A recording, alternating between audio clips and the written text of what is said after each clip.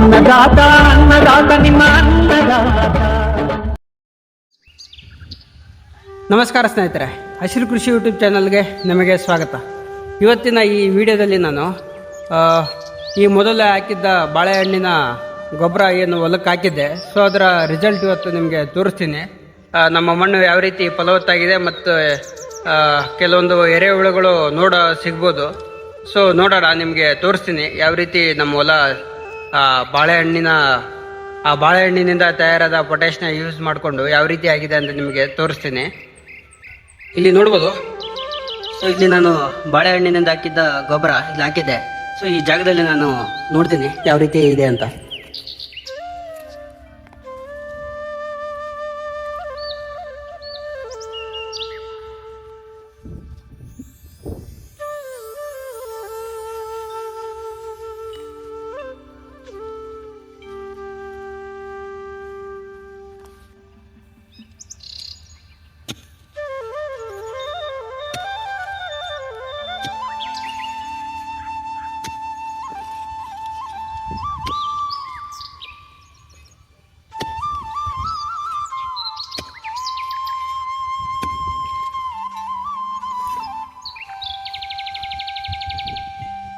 ನೋಡ್ಬೋದು ಮಣ್ಣು ಯಾವ ರೀತಿ ಫಲವತ್ತಾಗಿ ಮತ್ತು ಇಲ್ಲೆಲ್ಲ ಕೊಳೆತ್ಬಿಟ್ಟು ಪುಡಿಯಾಗಿ ಮತ್ತು ಎಷ್ಟು ತೇವಾಂಶಯುತವಾಗಿ ಇದೆ.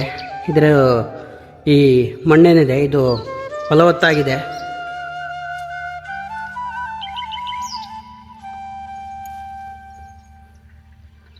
ನೋಡ್ಬೋದು.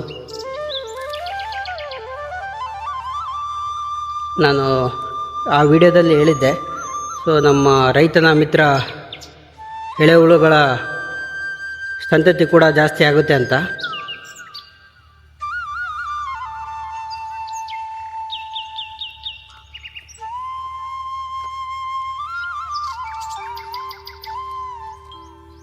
ನೋಡ್ತಿರ್ಬೋದು. ಸೊ ಈ ರೀತಿ ನಾವು ಸಾವಯವ ನೈಸರ್ಗಿಕ ಕೃಷಿ ಪದ್ಧತಿ ಬಳಸೋದ್ರಿಂದ ಸೊ ಅತಿ ಹೆಚ್ಚಿನ ಪ್ರಮಾಣದ ಈ ಎರೆಹುಳುಗಳನ್ನು ನಾವು ನೋಡ್ಬೋದು. ಸೊ ನಾನು ಇನ್ನೂ ಜಾಸ್ತಿ ಡೀಪಾಗಿ ಏನೂ ಆಗದಿಲ್ಲ, ಜಸ್ಟ್ ಇನ್ನೂ ಅರ್ಧ ಅಡಿಗಿಂತನೂ ಕಮ್ಮಿ ಆಗದಿದ್ದೀನಿ. ಸೊ ನೋಡ್ಬೋದು ಇಲ್ಲಿ ಯಾವ ರೀತಿ ನಮ್ಮ ಹೊಲದಲ್ಲಿ ಎರೆಹುಳುಗಳು ಬಂದಿದೆ ಅಂತ. ಸೊ ಈ ರೀತಿ ನಾವು ಸಾವಯವ ನೈಸರ್ಗಿಕ ಪದ್ಧತಿಯಲ್ಲಿ ಬರುವ ಈ ಜೀವಾಮೃತ ಆಗಿರ್ಬೋದು, ಮತ್ತು ಬಾಳೆಹಣ್ಣಿನಿಂದ ತಯಾರಿಸಿದ ಈ ಥರ ಪೊಟ್ಯಾಶ್ ಆಗಿರ್ಬೋದು, ಮತ್ತು ಬೇರೆ ಬೇರೆ ರೀತಿಯ ಗೊಬ್ಬರಗಳನ್ನ ತಯಾರು ಮಾಡಾಕಿದರೆ ನಮ್ಮ ಭೂಮಿ ಯಾವಾಗಲೂ ಫಲವತ್ತಾಗಿರುತ್ತೆ. ಮತ್ತು ಈ ರೈತನ ಮಿತ್ರ ಎರೆಹುಳುಗಳ ಸಂತತಿ ಕೂಡ ಜಾಸ್ತಿಯಾಗಿ ನಮ್ಮ ಮಣ್ಣನ್ನು ಫಲವತ್ತಾಗಿ ಮಾಡುತ್ತೆ. ಸೊ ಇದಲ್ಲದೆ ಇದರಲ್ಲಿ ಕೋಟ್ಯಾಂತರ ಸೂಕ್ಷ್ಮಾಣು ಜೀವಿಗಳು ಇರ್ತವೆ. ಸೊ ನಮ್ಮ ಕಣ್ಣಿಗೆ ಕಾಣಲ್ಲ. ಇವು ಏನು ಮಾಡುತ್ತೆ ಅಂದರೆ ಪರಿಸರದಲ್ಲಿ ಸಿಗೋ ನೈಟ್ರೋಜನ್ನ ಫಿಕ್ಸ್ ಮಾಡುತ್ತೆ. ಮತ್ತು ಈ ಸೂಕ್ಷ್ಮಾಣು ಇದರಲ್ಲಿ ಕೋಟ್ಯಾಂತರ ಸೂಕ್ಷ್ಮಾಣು ಜೀವಿಗಳು ಸಹ ಇರ್ತವೆ, ನಮಗೆ ಕಣ್ಣಿಗೆ ಕಾಣಲ್ಲ ಅಷ್ಟೇ. ಸೊ ಈ ಸೂಕ್ಷ್ಮಾಣು ಜೀವಿಗಳು ಏನು ಮಾಡ್ತವೆ ಅಂತ ಹೇಳಿದ್ರೆ ನಮ್ಮ ಪರಿಸರದಲ್ಲಿರೋ ನೈಟ್ರೋಜನ್ನ ಫಿಕ್ಸ್ ಮಾಡುತ್ತೆ, ಮತ್ತು ಪೊಟ್ಯಾಶ್ ಫಾಸ್ಫರಸ್ನ ಸಾಲ್ಯುಬೈಸ್ ಮಾಡಿಬಿಟ್ಟು ಸೊ ನಮ್ಮ ಸಸ್ಯಗಳಿಗೆ ನೇರವಾಗಿ ಹೀರ್ಕೊಳ್ಳೋ ಥರ ಮಾಡುತ್ತೆ. ಅಲ್ಲದೆ ಇವು ಪ್ಲಾಂಟ್ ಗ್ರೋತ್ ಹಾರ್ಮೋನ್ನ ರಿಲೀಸ್ ಮಾಡೋದ್ರಿಂದ ಸೊ ನಮ್ಮ ಬೇರಿನ ಶಕ್ತಿ ಕೂಡ ಜಾಸ್ತಿ ಆಗಿಬಿಟ್ಟು ನಮ್ಮ ರೂಟ್ ಗ್ರೋತ್ನ ಇನ್ಕ್ರೀಸ್ ಮಾಡುತ್ತೆ. ಮತ್ತು ಸಸ್ಯಗಳಿಗೆ ಬೇಕಾಗೋ ಎಲ್ಲ ರೀತಿಯ ಪೋಷಕಾಂಶನೂ ಇದು ನೀಡುತ್ತೆ. ಸೊ ಇಲ್ಲೇ ನೋಡ್ಬೋದು, ನಾನು ಇನ್ನೂ ಅರ್ಧ ಅಡಿ ಕೂಡ ತೆಗೆದಿಲ್ಲ. ಸೊ ಎರೆಹುಳುಗಳು ಎಷ್ಟು ದೊಡ್ಡದಾಗಿದೆ. ಮತ್ತು ಈ ಥರ ನಮ್ಮ ಹೊಲದಲ್ಲಿ ಸಾಕಷ್ಟು ನಾವು ನೋಡ್ಬೋದು.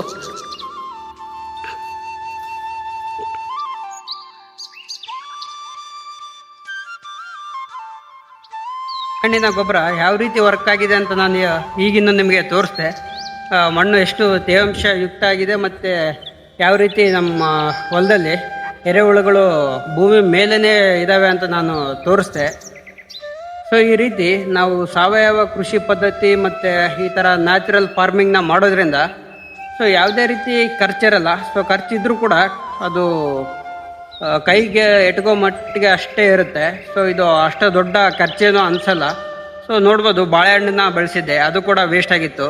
ಮತ್ತು 2 kg ಆರ್ಗಾನಿಕ್ ಬೆಲ್ಲ ಬೆಳೆಸಿದ್ದೆ. ಸೊ ನಿಮಗೆ 100-150 ರೂಪಾಯಿ ಆಗಿರ್ಬೋದು. ಸೊ ಅದರಿಂದ ನಮ್ಮ ಭೂಮಿ ಯಾವ ರೀತಿ ರೆಡಿಯಾಗಿ ಮತ್ತು ಫಲವತ್ತಾಗಿ ಸಿದ್ಧಗೊಂಡಿದೆ ಅಂತ ನಿಮಗೆ ತೋರಿಸ್ದೆ.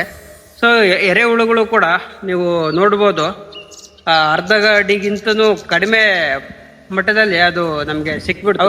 ಈ ರೀತಿ ನಾನು ಆಹಾರ ನೀಡೋದ್ರಿಂದ ಅವುಗಳ ಸಂತತಿ ವೃದ್ಧಿ ಆಗುತ್ತೆ. ನಾನು ಅವುಗಳನ್ನ ಬೆಳೆಸಿದ್ರೆ ಸಾಕು. ಸೊ ಅವುಗಳು ನಾರ್ಮಲಾಗಿ ನಮ್ಮ ಥರ ಒಳ್ಳೆ ಫುಡ್ ಏನು ಕೇಳಲ್ಲ. ಸೊ ಅದಕ್ಕೆ ಬೇಕಾಗಿರೋದು ಈ ರೀತಿ ಸಾವಯವ ಗೊಬ್ಬರಗಳು, ಮತ್ತು ಬೆಲ್ಲ, ಬಾಳೆಹಣ್ಣು, ಮತ್ತು ಜೀವಾಮೃತ, ಈ ಥರ ಸಾವಯವದಿಂದ ತಯಾರಿಸಿದ ಗೊಬ್ಬರ ಮಾತ್ರ ಅವಕ್ಕೆ ಸಾಕಾಗುತ್ತೆ, ಆಹಾರವಾಗುತ್ತೆ, ಅವು ಬೆಳೆಯಲ್ಲ. ಸೊ ಅದೊಂದು ನಾನು ಕೊಡ್ತಾ ಹೋದರೆ ಸೊ ನನಗೆ ಯಾವುದೇ ರೀತಿ ಕೆಮಿಕಲ್ ಬೇಕಾಗಲ್ಲ. ಸೊ ಈಗ ಸಾಕಷ್ಟು ಜನರು ಕೇಳ್ಬೋದು ಇಂದಿನ ವಿಡಿಯೋಗಳನ್ನು ನೋಡಿಬಿಟ್ಟು, ಸೊ ನಾನು ಕೂಡ ಈ ಥರ ಈ ಥರ ಮಾಡಿದರೆ ಮಣ್ಣು ಮುಚ್ಕೊಂಡು ಹೋಗುತ್ತೆ ನಮ್ಮ ಹೊಲ, ಹಂಗೆ ಹಿಂಗೆ ಅಂತ ಸಾಕಷ್ಟು ಜನ ಮಾತಾಡ್ತಾರೆ. ಯಾಕಂದರೆ ನಾವು 8 ವರ್ಷ ಆಯಿತು ನಾವು ಈ ಜೀವಾಮೃತ, ಈ ಥರ ಬಾಳೆಹಣ್ಣಿನ ತಯಾರಿಸಿದ ಗೊಬ್ಬರ, ಆಮೇಲೆ ಕೀಟಬಾಧೆ ಮತ್ತು ರೋಗಗಳಿಗೆ ನಾವು ಹುಳಿ ಮಜ್ಜಿಗೆ ಹೊಡೆದಿದ್ದೀವಿ. ಮತ್ತು ನಮ್ಮ ಹೊಲಕ್ಕೆ ಸಾವಯವಾಗಿ ಗೊಬ್ಬರ ಬೇಕು ಅಂತ ಮೀನಾಸ್ತ್ರ ಮಾಡಿದ್ದೀವಿ, ಪಂಚಗವ್ಯ ಮಾಡಿದ್ದೀವಿ, ಮತ್ತು ನೀಮಾಸ್ತ್ರ ಅಂತ ಮಾಡಿದ್ದೀವಿ, ಮತ್ತು ಅಗ್ನ್ಯಾಸ್ತ್ರ ಅಂತ ಮಾಡಿದ್ದೀವಿ. ನೀಮಾಸ್ತ್ರ, ಅಗ್ನ್ಯಾಸ್ತ್ರ, egg amino acid, fish amino acid, ಈ ಥರ ಸಾವಯವ ಪದ್ಧತಿ ಮತ್ತು ನೈಸರ್ಗಿಕ ಪದ್ಧತಿ ಮಾತ್ರ ನಾವು ಬಂದಿರೋದು. 8 ವರ್ಷ, 8ರಿಂದ 9, 10 ವರ್ಷ ಆಯಿತು. ಸೊ ನಾವು ಯಾವುದೇ ರೀತಿ ಕೆಮಿಕಲ್ ಯೂಸ್ ಮಾಡಿಲ್ಲ. ಸೊ ನಾವು ಸರ್ವೈವ್ ಆಗಿದ್ದೀವಲ್ವ, ಅಲ್ಲದೆ ಮತ್ತು ನಾವು ಪ್ರಾಫಿಟಬಲ್ ಕೂಡ ಇದ್ದೀವಿ. ಯಾಕಂದರೆ ನಮಗೆ ಖರ್ಚಾಗಿರೋದು ಈ ಗಿಡ ನೆಟ್ಟಿದ್ದು ಮಾತ್ರ. ಯಾಕಂದರೆ ಈ ಗಿಡ ನಾವು ನರ್ಸರಿಲಿ ತಂದಿರೋದ್ರಿಂದ ಸೊ ಅದ್ರ ಖರ್ಚು ಮಾತ್ರ ನಾವು ಖರ್ಚು ಮಾಡಿರೋದು. ಇವೆಲ್ಲ ನಮಗೆ ಅಷ್ಟೊಂದು ಖರ್ಚೇನು ಅನಿಸಿಲ್ಲ. ಈ ಬೆಲ್ಲ ಆಗಿರ್ಬೋದು, ಸಗಣಿ, ನಮ್ಮ ಮನೆಯಲ್ಲೇ 2 ಹಸುಗಳಿದ್ದಾವೆ. ಸೊ ಅವನ್ನ ನಾವು ಹಾಲಿಗೂ ಅಂತಲೇ ಸಾಕಿಲ್ಲ. ಸೊ ಈ ರೀತಿ ನಾವು ಹುಳಿ ಮಜ್ಜಿಗೆಗೆ ಬೇಕಾಗ್ಬೋದು, ಮತ್ತು ಸಗಣಿಯಿಂದ ಜೀವಾಮೃತ ಮತ್ತು ಗೋಮೂತ್ರ ಕೂಡ ಸ್ಪ್ರೇ ಮಾಡೋಕ್ಕೆ ಅಂತಲೇ ನಾವು ನಮ್ಮ ಮನೆಯಲ್ಲಿ ಹಸುಗಳನ್ನ ಸಾಕಿದ್ದೀವಿ. ಸೊ ಅದರ ಹಾಲು ಕೂಡ ನಾವು ಜಾಸ್ತಿ ಹಿಂಡ್ಕೊಳ್ಳಲ್ಲ ಮತ್ತು ಯೂಸ್ ಮಾಡಲ್ಲ. ಸೊ ಈ ರೀತಿ ನಾವು ಮಾಡೋದ್ರಿಂದ ಸೊ ಅವುಗಳನ್ನ ನೋಡ್ಕೊಳ್ಳೋದ್ರಿಂದ ಅವು ಕೂಡ ನಮಗೆ ಒಳ್ಳೆಯದನ್ನೇ ಬಯಸುತ್ತವೆ. ಮತ್ತು ನಮಗೆ ನೀಡೋ ಈ ಅಂಶಗಳು ಏನೇ ಇದ್ದಾವೆ ಸೊ ಇದೆಲ್ಲ ನಮ್ಮ ಗ್ರೋತಿಗೆ ಅವು ಹೆಲ್ಪ್ ಮಾಡೋದು. ಸೊ ಅದಕ್ಕೆ ನಾವು ಯಾವುದೇ ರೀತಿ ತೊಂದರೆ ಕೂಡ ಕೊಟ್ಟಿಲ್ಲ, ಕೊಡೋದು ಇಲ್ಲ. ಸೊ ಈ ರೀತಿ ನಾವು ನ್ಯಾಚುರಲ್ ಫಾರ್ಮಿಂಗ್ನ ನಾವು 8 ವರ್ಷ ಆಯಿತು. ಸೊ ನಾವು ಪ್ರಾಫಿಟಬಲ್ ಇದ್ದೀವಿ, ಯಾವುದೇ ರೀತಿ ನಿಮ್ಮ ಥರ ಖರ್ಚುಗಳು ಕೂಡ ಮಾಡ್ತಿಲ್ಲ.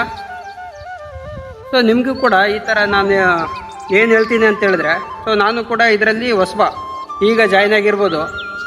ಆದರೆ ಇದು ಒಂದು ಉತ್ತಮ ಮತ್ತು ಒಂದು ಒಳ್ಳೆಯ ರೈತನ ಕೆಲಸ, ಕರ್ತವ್ಯ ಅಂತ ನಾನು ಹೇಳ್ತೀನಿ. ಯಾಕಂದರೆ ನಮ್ಮ ಮಣ್ಣಿನಲ್ಲಿ ಈಗಾಗಲೇ ಸಾಕಷ್ಟು ಫಲವತ್ತತೆಯಿಂದ ಇರ್ಬೋದು. ನಾವು ಬಳಸುವ ಕೆಮಿಕಲ್ನಿಂದ ಅದು ಒಂದೇ ಸಾರಿ ಆಗದೇ ಇದ್ದರೂ ಕಾಲಕ್ರಮೇಣ ನಶಿಸ್ತಾ ಹೋಗ್ಬೋದು, ರೆಡಿಸ್ ಆಗ್ತಾ ಹೋಗುತ್ತೆ. ಕೆಲವೊಂದು ಸೂಕ್ಷ್ಮಾಣು ಜೀವಿಗಳು ಹಾನಿ ಮಾಡೋದ್ರಿಂದ ಈಗಿನ್ನೂ ನಾನು ತೋರಿಸ್ದೆ ನಮ್ಮ ಎರೆಹುಳುಗಳು. ಸೊ ಈ ಥರ ನಾವು ಏನಾದರೂ ಕೆಮಿಕಲ್ ಅದಕ್ಕೆ ಸ್ಪ್ರೇ ಮಾಡಿಬಿಟ್ರೆ ಅದು ಇಮಿಡಿಯೇಟಾಗಿ ಸತ್ತೋಗ್ಬಿಡುತ್ತೆ. ಸೊ ಈ ಥರ ನಾವು ಸಾಯಿಸ್ಕೋತಾ ಬರೋದ್ರಿಂದ ಒಂದು 10 ವರ್ಷ ಆಗದೆ ಇರ್ಬೋದು, ಇಲ್ಲ 20 ವರ್ಷ ಆದಮೇಲಂತೂ ನಮ್ಮ ಭೂಮಿ ಫಲವತ್ತತೆ ಪಕ್ಕ ಕಳ್ಕೊಳ್ಳುತ್ತೆ. ಸೊ ಕೆಮಿಕಲ್ ಯೂಸ್ ಮಾಡೋದ್ರಿಂದ ಸೊ ಯಾವುದೇ ರೀತಿ ಕೆಮಿಕಲ್ನ ನಾವು ಯೂಸ್ ಮಾಡಲೇಬಾರ್ದು. ಈ ರೀತಿ ಸಾವಯವ ಕೃಷಿ ಪದ್ಧತಿನೇ ಯೂಸ್ ಮಾಡ್ತಾ ಇರಬೇಕು. ಮತ್ತು ಕೆಲವರು ಈಗ ನಾನು ಕಂಪ್ಲೀಟಾಗಿ ನಮ್ಮ 2-3 ಎಕರೆಗೆ ಒಂದೇ ಸರಿ ಮಾಡಿದ್ರೆ ಸೊ ನನಗೆ ಲಾಸ್ ಆಗುತ್ತಲ್ಲ, ಒಂದೇ ಸರಿ ಅಡಾಪ್ಟ್ ಮಾಡ್ಕೊಳಕ್ಕಾಗಲ್ಲ, ಮತ್ತು ನಿನ್ನ ಮಾತು ಕೇಳಿದ್ರೆ ನಮ್ಮ ಇಳುವರಿ ಕೂಡ ಕುಂಠಿತ ಆಗಿಬಿಡುತ್ತಲ್ಲ ಅಂತ ಕೇಳ್ಬೋದು. ಸೊ ನಾನು ಏನು ಹೇಳ್ತೀನಿ ಅಂದರೆ, ಸೊ 2 ಎಕರೆ ಇದ್ದರೆ ಜಸ್ಟ್ ಒಂದು ಅರ್ಧ ಎಕರೆಯಲ್ಲಿ ನೀವು ಸಾವಯವ ಕೃಷಿ ಅಳವಡಿಸ್ಕೊಂಡು ಆ ಅರ್ಧ ಎಕರೆನ ಮಾತ್ರ ನೀವು ಬದಲಾವಣೆ ಮಾಡಿ ಸಾವಯವವಾಗಿ. ಸೊ ನಂತರ ನಿಮಗೆ ಅದು ಫಲ ಬಂದಮೇಲೆ ನೆಕ್ಸ್ಟ್ ಇನ್ನೊಂದು ಅರ್ಧ ಎಕರೆ ಮಾಡಿ, ನೆಕ್ಸ್ಟ್ ಇನ್ನೊಂದು ಅರ್ಧ ಎಕರೆ ಮಾಡಿ. ಈ ರೀತಿ ನಾವು ಸ್ವಲ್ಪ ಮಾಡ್ತಾ ಹೋಗಬೇಕು. ಯಾಕಂದರೆ ಒಂದೇ ಸಾರಿ ಈಗ ಧುಮುಕಿದ್ರು ಕೂಡ ಈ ಸಾವಯವ ಕೃಷಿ ಪದ್ಧತಿಲಿ ಮೊದಲೇ 1-2 ವರ್ಷ ನಿಮಗೆ ಕಷ್ಟ ಆಗುತ್ತೆ. ಯಾಕಂದರೆ ಇಷ್ಟು ದಿನ ನೀವು ಕೆಮಿಕಲ್ನ ಉಣಿಸ್ಬಿಟ್ಟಿರ್ತಾರೆ ಭೂಮಿಗೆ, ಮತ್ತು ಅದರಲ್ಲಿರೋ ಸೂಕ್ಷ್ಮಾಣು ಜೀವಿಗಳಾಗಿರ್ಬೋದು, ಈ ಥರ ಎರೆಹುಳುಗಳಾಗಿರ್ಬೋದು, ಅವೆಲ್ಲ ಸತ್ತು ಮತ್ತು ಕೆಲವೊಂದು ಪೋಷಕಾಂಶ ರೆಡ್ಯೂಸ್ ಆಗಿಬಿಟ್ಟಿರುತ್ತೆ, ಕಡಿಮೆ ಆಗಿರುತ್ತೆ. ಸೊ ಅದನ್ನೆಲ್ಲ ಇಮಿಡಿಯೇಟಾಗಿ ಈ ಸಾವಯವ ಪದ್ಧತಿ ಕೊಡಲ್ಲ. ಬಟ್ ಕಾಲಕ್ರಮೇಣ 1 ವರ್ಷ 2 ವರ್ಷ ಆಗಿರ್ಬೋದು, ಕಷ್ಟಪಟ್ಟಾಗಲೇ ನಮಗೆ ಸುಖ ಸಿಗೋದು. ಸೊ ಈ ರೀತಿ ನಾವು 1-2 ವರ್ಷ 3 ವರ್ಷ ಕಷ್ಟಪಟ್ಟರೆ ನೆಕ್ಸ್ಟು ನಮಗೆ ಯಾವುದೇ ರೀತಿ ನಾನೀಗೇನು ಹಾಕ್ತಿದ್ದೀನಿ ಈ ಥರ ಹಾಕೋ ಅವಶ್ಯಕತೆ ಕೂಡ ನಮಗೆ ಬೀಳಲ್ಲ. ಯಾಕಂದರೆ ಹೊಲ ಎಲ್ಲ ಮೈ ತುಂಬಿ ಉಂಡಾಗ ಸೊ ಫಲವತ್ತಾದ ಮೇಲೆ ನಮಗೆ ಜಾಸ್ತಿ ಕೇಳಲ್ಲ ಭೂಮಿ ಏನು. ಸೊ ನಾವು ನೀರು ಉಣಿಸಿದರೆ ಸಾಕಾಗುತ್ತೆ. ಸೊ ಈ ರೀತಿ ನಾವು ಮಾಡ್ತಾ ಹೋಗ್ಬೇಕಾಗುತ್ತೆ ಸಾವಯವ ನೈಸರ್ಗಿಕ ಕೃಷಿ ಪದ್ಧತಿಯಲ್ಲಿ. ಸೊ ಇಷ್ಟು ಹೇಳಕ್ಕೆ ನಾನು ಇಷ್ಟಪಡ್ತೀನಿ. ಸೊ ನೀವು ಕೂಡ ಬೇಗ ಸಾವಯವ ಕೃಷಿಗೆ ಬದಲಾಗಿ, ಮತ್ತು ಒಂದೇ ಸರಿ ಬದಲಾಗದಿದ್ದರೂ ಕೂಡ ಒಂದು ಅರ್ಧ ಎಕರೆಯಲ್ಲಿ ಅರ್ಧ ಭಾಗ ಆದರೂ ನೀವು ಈ ರೀತಿ ಟ್ರಯಲ್ ಮಾಡಿ ನೋಡಿ. ನಿಮಗೆ ರಿಸಲ್ಟ್ ಕಾಣಿಸಿದರೆ ಈ ರೀತಿ ಮಾಡಿ, ಕಾಣಿಸ್ದೇ ಇದ್ದರೆ ಸೊ ಅಷ್ಟೇ ನರಿತರ ವಾಪಸ್ ಹೋಗಿ ಅಂತ ಹೇಳ್ತಾ ನಾನು ಮತ್ತೆ ಈ ಬಾಳೆಹಣ್ಣಿನ ಗೊಬ್ಬರ ತಯಾರು ಮಾಡೋಣ ಅಂತ ಬಂದಿದ್ದೀನಿ. ಸೊ ಆ ವಿಡಿಯೋನ ನಿಮಗೆ ಮತ್ತೆ ಹಂಚ್ಕೋತೀನಿ. ಸೊ ಇದರಿಂದನೂ ನೀವು ನೋಡಿ ಕಲ್ತ್ಕೊಳ್ಳಿ. ಈಗಿಂದು ಫಲಿತಾಂಶನ ನಾನು ತೋರಿಸ್ತೇನೆ. ಮತ್ತೆ ನಾನು ಬಾಳೆಹಣ್ಣಿನಿಂದ ಸಾವಯವ ಪೊಟ್ಯಾಶ್ನ ತಯಾರು ಮಾಡ್ತಾಯಿದ್ದೀನಿ. ಯಾವ ರೀತಿ ಮಾಡೋದು ಮೊದಲಿಗೆ ನಮ್ಮ ಅಂಗಡಿಯಲ್ಲಿ ವೇಸ್ಟ್ ಆಗಿರೋ ಬಾಳೆಹಣ್ಣು ನಾನು ಅದೇ ರೀತಿ ಹಿಂಗಾಗಿದ್ದೆ ಕಟ್ ಮಾಡಾಕ್ತಿದ್ದೇನೆ. ಯಾಕಂದರೆ ಚಿಕ್ಕದಾಗಿ ಕಟ್ ಮಾಡಿದರೆ ಸ್ವಲ್ಪ ಫರ್ಮೆಂಟೇಷನ್ನು ಬೇಗ ಆಗುತ್ತೆ. ಸೊ ನಾನು ಕಟ್ ಮಾಡಿಬಿಟ್ಟು ಹಾಕ್ತಾಯಿದ್ದೀನಿ.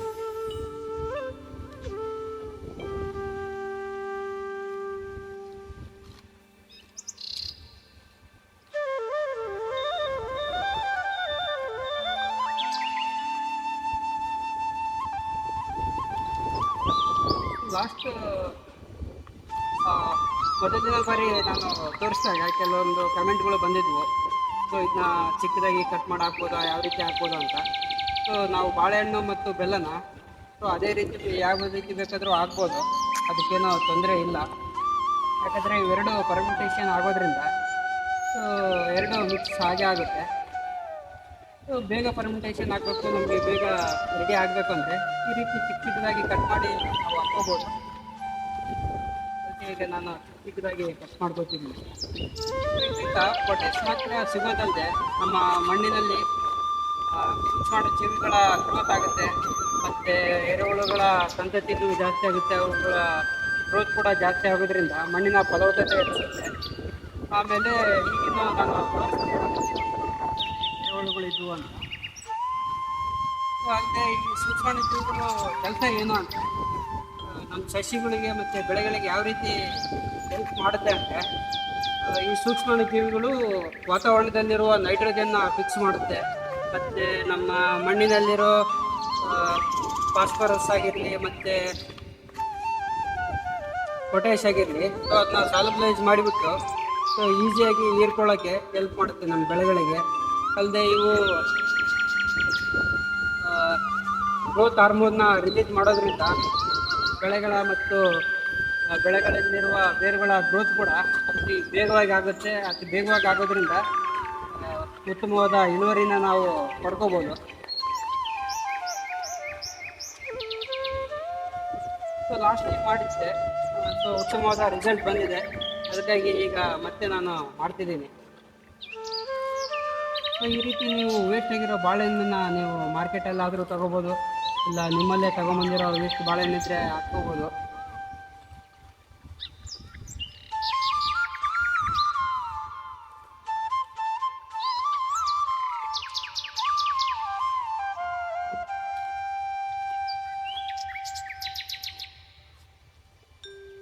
ಸೊ ಇದು ಹೆಂಗೆ ವರ್ಕ್ ಆಗುತ್ತೆ ಅಂದರೆ, ಬಾಳೆಹಣ್ಣಿನ ಸಿಪ್ಪೆಯಲ್ಲಿ ಮತ್ತು ಈ ಬಾಳೆಹಣ್ಣಲ್ಲಿ ಏನಿರುತ್ತೆ ಅಂದರೆ ಪೊಟ್ಯಾಶ್ ಇರುತ್ತೆ. ಸೊ ಅದು ನಮ್ಮ ಸಸಿಗಳಿಗೆ ಬೇಗ ಹೀರ್ಕೊಳ್ಳುತ್ತೆ. ಅಂದರೆ ಈ ಬೆಲ್ಲನ ನಾನು ಏನಕ್ಕೆ ಹಾಕ್ತಿದ್ದೀನಿ ಅಂದರೆ, ಈಗ ಬಾಳೆಹಣ್ಣಿನಲ್ಲಿ ಕೊಟ್ಟೆಂಥರ ಸೂಕ್ಷ್ಮಾಣು ಜೀವಿಗಳು ಇರ್ತವೆ. ಸೊ ಈ ಫರ್ಮೆಂಟೇಷನ್ ಪ್ರಕ್ರಿಯೆಯಲ್ಲಿ ಅವುಗಳ ಬೆಳವಣಿಗೆ ಹೆಚ್ಚಾಗಿ ಮತ್ತು ಅವುಗಳ ಸಂತತಿ ಹೆಚ್ಚಾಗಿ ಸೊ ನಮ್ಮ ಹೊಲಕ್ಕೆ ಒಂದೊಳ್ಳೆ ಉತ್ತಮವಾದ ಮತ್ತು ಆರೋಗ್ಯಕರವಾದ ಸೂಕ್ಷ್ಮಾಣು ಜೀವಿಗಳನ್ನ ಎಕ್ಸ್ಟ್ರಾ ಆ್ಯಡ್ ಮಾಡ್ದಂಗೆ ಆಗುತ್ತೆ. ನಮ್ಮ ಹೊಲದಲ್ಲಿ ಇರೋದಲ್ಲದೆ ಎಕ್ಸ್ಟ್ರಾ ನಾವು ಸೂಕ್ಷ್ಮಾಣು ಜೀವಿಗಳನ್ನ ಆ್ಯಡ್ ಮಾಡ್ದಂಗೆ ಆಗುತ್ತೆ. ಸೊ ಈ ಬೆಲ್ಲ ಕೂಡ ನಮ್ಮ ಈಗಾಗಲೇ ಇರೋ ಸೂಕ್ಷ್ಮಾಣು ಜೀವಿಗಳಿಗೆ ಸೊ ಆಹಾರವಾಗಿ ನಾವು ಕೊಡ್ಬೋದು. ಸೊ ಮಣ್ಣು ಚೆನ್ನಾಗಿದ್ದರೆ ಬೆಳೆ ಚೆನ್ನಾಗಿರುತ್ತೆ. ಸೊ ಬೆಳೆ ಚೆನ್ನಾಗಿದ್ದರೆ ನಾವು ಚೆನ್ನಾಗಿರ್ತೀವಿ. ಸೊ ನಾವು ಯಾವಾಗಲೂ ನಮ್ಮ ಹೊಲದ ಮಣ್ಣನ್ನು ಆರೋಗ್ಯಕರವಾಗಿ ಮತ್ತು ಫಲವತ್ತಾಗಿ ಇಟ್ಕೊಳ್ಳೋದು ಪ್ರಮುಖವಾಗಿ ಪಾತ್ರ ವಹಿಸುತ್ತೆ. ಸೊ ಇದರಲ್ಲಿ ಬೇರೆ ಬೇರೆ ಸಾವಯವ ಪದ್ಧತಿಗಳಿದ್ದಾವೆ ಭೂಮಿಗೆ ಕೊಡೋಕ್ಕಂಥದ್ದು. ಸೊ ಅವನ್ನೆಲ್ಲ ಕೊಡ್ತಾ ಹೋಗಬೇಕು. ಸೊ ಇದು ರಿಪೀಟೆಡ್ ವಿಡಿಯೋ ಅನ್ಕೋಬೋದು, ಯಾಕಂದರೆ ನನಗೆ ಭಾಳ ಖುಷಿ ಆಯ್ತಿದೆ ಈ ರಿಸಲ್ಟ್ ನೋಡಿಬಿಟ್ಟು. ಸೊ ಹಾಗಾಗಿ ಮತ್ತೆ ಈ ಬಾಳೆಹಣ್ಣಿನಿಂದ ನಾನು ಮತ್ತೆ ಗೊಬ್ಬರನ ತಯಾರು ಮಾಡಿ ಹಾಕ್ಬೇಕಂತ ಅಂದ್ಕೊಂಡಿದ್ದೀನಿ. ಸೊ ಈ ರೀತಿ ನಾವು 15 ದಿನಕ್ಕೊಂದು ಸರಿ ಆಗಲಿ, ತಿಂಗಳಿಗೆ 2 ಸರಿ ಇಲ್ಲ ವಾರಕ್ಕೊಂದು ಸರಿ ಆದರೂ ಹಾಕ್ಕೋಬೋದು.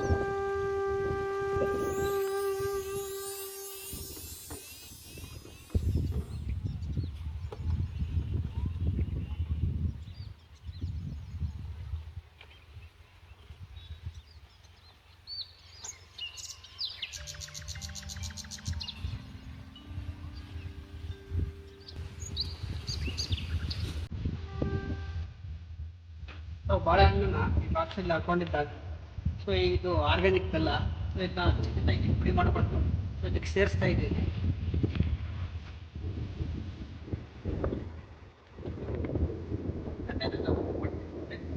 ಬಾಳೆಹಣ್ಣು